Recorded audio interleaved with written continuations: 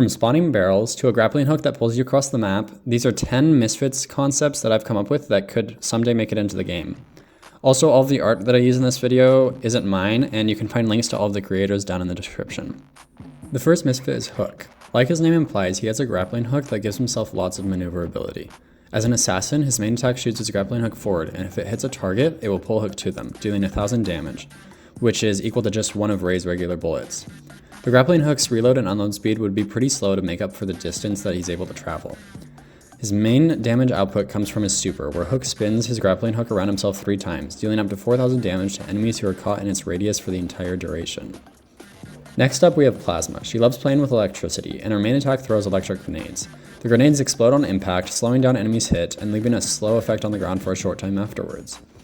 The grenade explosion would deal 1200 damage. Because Plasma throws her grenades, that means that they can go over walls, gaps in the map, and obstacles such as cars, barrels, and boxes. However, when indoors, her shots can't go through walls because the buildings have roofs, so her shots are much more limited when inside. Plasma's super sends a shockwave around herself in a short range, knocking away enemies that are hit and slowing them for a short time. Now, I really enjoy when games make character abilities based off of unique mechanics that they already have in the game, and that's why the next Misfit, Cork, can create barrels. Cork used to work at the factories that created the different barrels that can be seen across the map, and now uses his expertise to create his own. First off, his main attack rolls a small explosive barrel forward that explodes on impact, or once it reaches its maximum distance. The explosion deals 1500 damage to an enemy hit by the explosion, as well as an extra 300 damage to an enemy that is hit directly by the barrel. Cork's super allows him to place down the interactive barrels on the map. I couldn't decide what the best way for Cork to decide which of the 3 barrel abilities to choose from when using his super, so for now I'm going to say that it's random, but if you have any better ideas for how his super could work, let me know down in the comments. Once one of his barrels are placed down, they sit there until shot, just like the other regular barrels that are seen on the map.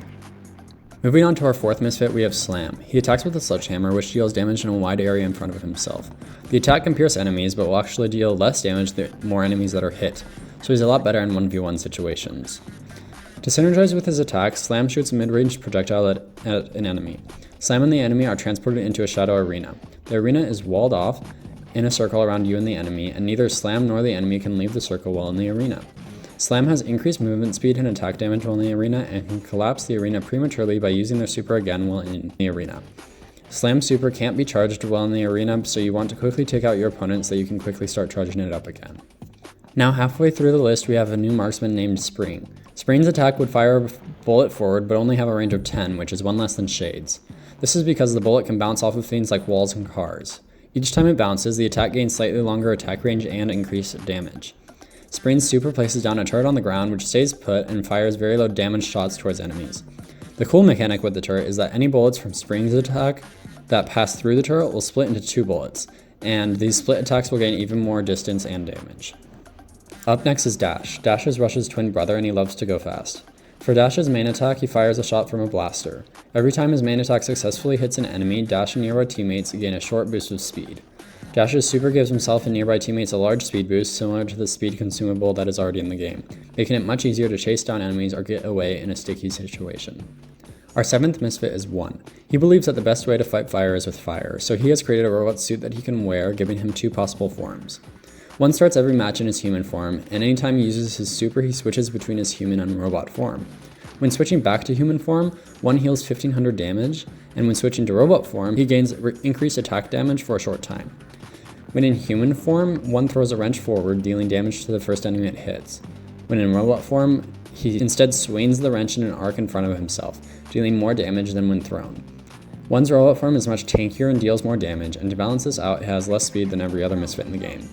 However, when he's in human form, One is very agile and moves slightly faster than all of the other Misfits. Up next is another marksman named Charge. Charge prefers to stay far from enemies and charges up his main attack. The longer Charge aims his main attack, the more it charges. There are 3 steps to his main attack, with each step dealing more damage. If a fully charged shot hits an enemy, the shot will explode, dealing damage to other enemies nearby. Charge's main attack will also charge slightly faster when he is standing still. Charge's super gives himself and nearby teammates a shield that reduces incoming damage for a short time. The next Misfit is another assassin. Parker is really good at parkour. His main attack fires 2 quick shots in succession, and the second shot deals more damage if it hits the same enemy as the first shot. With his super, Parker jumps super high, clearing any wall or obstacle in his way and dealing damage to enemies that he lands on, making him a great answer to throwers such as Plasma who love to hide on the other side of walls. Last but not least, we have Rose. She loves to tinker and create her own robotic devices. Her main attack has 2 parts. She can aim it, which throws a sticky bomb over walls and obstacles. If it lands on the ground, it simply explodes. However, if it lands on an enemy, it sticks to them. Rose can then use her main attack's auto-aim, which will deal damage in an area around the sticky bomb. Throwing a new bomb will make a previous one disappear, and sticky bombs will disappear after a short time as well. With her super, Rose creates a drone robot which fires slowing projectiles at nearby enemies, much like the ones that already exist. Rose can have a maximum of 2 drones on the map at a single time. And that is all 10 Misfitz concepts. Let me know down in the comments which of these concepts you would like to see in the game, and feel free to share any changes you would make to them. If you want to participate in future playtests of Misfitz, go to antiherostudios.com and use code XP to sign up. And lastly, if you enjoyed the video and want to see more like it, I would really appreciate it if you like and subscribe.